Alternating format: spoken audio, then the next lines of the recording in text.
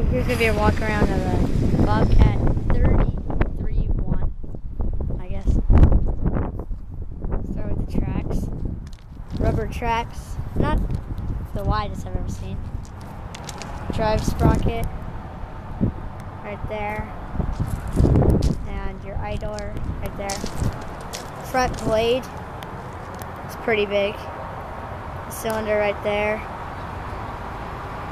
Boom, hydraulic lines, light, hydraulic lines,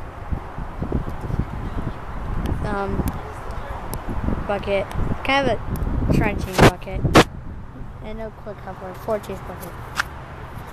And there's a boom. Other side is a light there, inside the cab, looks good.